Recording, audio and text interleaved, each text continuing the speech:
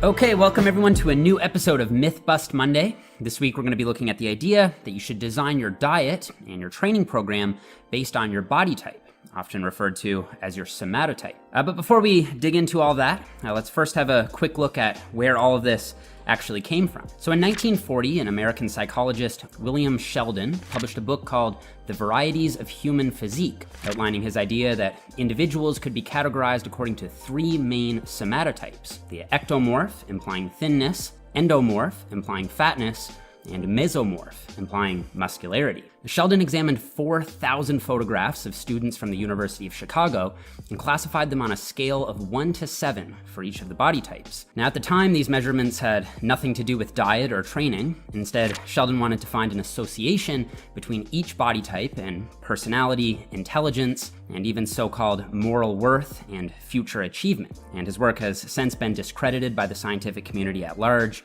And I think it's worth mentioning that in retrospect, it seems that many of his ideas were likely influenced by the growing pseudoscience of eugenics at the time. But anyway, somehow classifying body types according to Sheldon's somatotypes remains popular today, and it's very common in fitness circles to see people refer to themselves as an ectomorph if they struggle gaining weight or building muscle, and as an endomorph if they struggle losing fat or have more of a heavier set build. Now, some data out of Russia has showed that somatotyping can actually be useful for predicting athletic success in a specific sport. For example, they note that since basketball relies on jumping abilities, mesomorphic individuals might be better suited for basketball. But still, I can't help but call into question the practical application of this knowledge for us as people interested in building muscle or losing fat. It seems pretty obvious to me that athletes with different limb lengths and body measurements will be better suited for different sports, but that just doesn't seem relevant to how somatotypes are commonly used in fitness circles. Another issue I have with somatotyping is that it tends to put people in a box, implying that they can't change their body type over time, which simply isn't true. Just using pro-natural bodybuilder Alberto Nunez as an example, seeing him at his most bulked weight of 250 pounds, you'd probably think he's a pure endomorph. But looking at him on stage or close to stage time, you'd probably think he's more of a mesomorph or ectomorph, especially considering that he tends to diet on very high carbohydrate intakes. So tying all this together, I would say that I haven't found any convincing evidence that your classification into one of these three somatotypes should influence the way you train or diet. The best way to build muscle is through progressive overload, just adding more mechanical tension to the muscle over time. And this is true whether you're a pure endomorph or a pure ectomorph. And the best way to lose fat is to put yourself in a caloric deficit and eat sufficient protein. And this is also true regardless of your body type. But before I write this idea off as completely busted, I'd like to share a little bit of nuance based on some other research, less to do with somatotypes and more to do with genetics. Because clearly there are some people who can build muscle so much more easily than others, and by the same token, there's some people who can lose fat much more easily than others. And in fact, in one 2005 study, when 585 untrained subjects were put on the exact same ARM training program for 12 weeks, the researchers found enormous variation in biceps muscle growth, where the worst responder actually lost about 5%, and the best responder gained about 55% of muscle cross-sectional area in the biceps. And by the same token, there are clearly some people who have a much easier time getting lean and staying lean than others. This most likely has to do with how hunger is regulated in the brain, and this is due to genetic differences in hormones like leptin. And while resting metabolic rate differences between individuals of the same body weight are not nearly as different as we once thought, there are huge individual differences in levels of NEAT, or non-exercise activity thermogenesis, so stuff like fidgeting, tapping your feet, or bobbing your head to music. And in fact, one study from Levine and colleagues showed that when subjects were overfed by 1,000 calories per day for 8 weeks, changes in fat gained ranged from 0.3 kilograms, so about 0.8 pounds,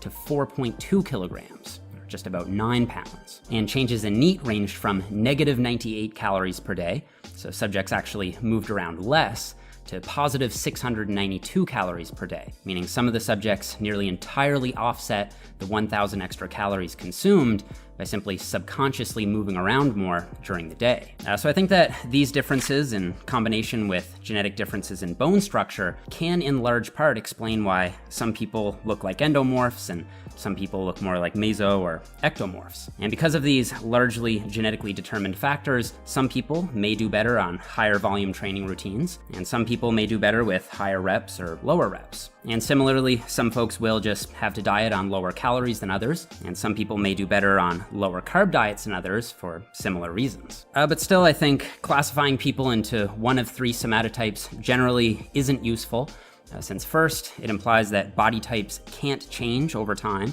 which is false. And secondly, these classifications don't tell us how we should train or how we should eat. And as of now, while high-quality genetic testing is still in its infancy, I think the best way to design your training program is by borrowing from exercise science and doing your own self-experimentation. And the same thing goes for diet. Just how many calories you need to eat and what macronutrient ratio will be best for your body is something that you have to figure out over time.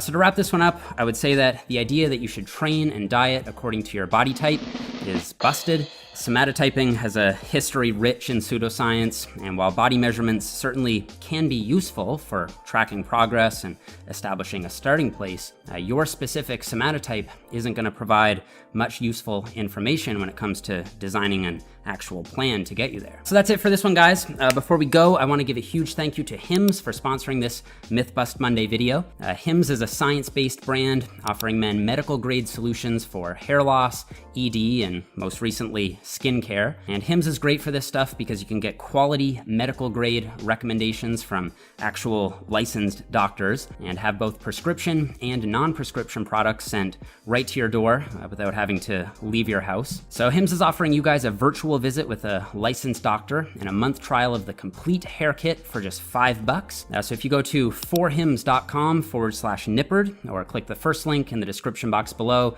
you can get started with your first complete hair kit today. And for the record, all interactions are kept confidential, so your information is always kept private. So thanks again to Hims for sponsoring the video. I really appreciate it. And make sure you guys check out that link in the description if you are interested. And thank you guys so much for watching. Please leave me a like if you enjoyed the video or if you learned something.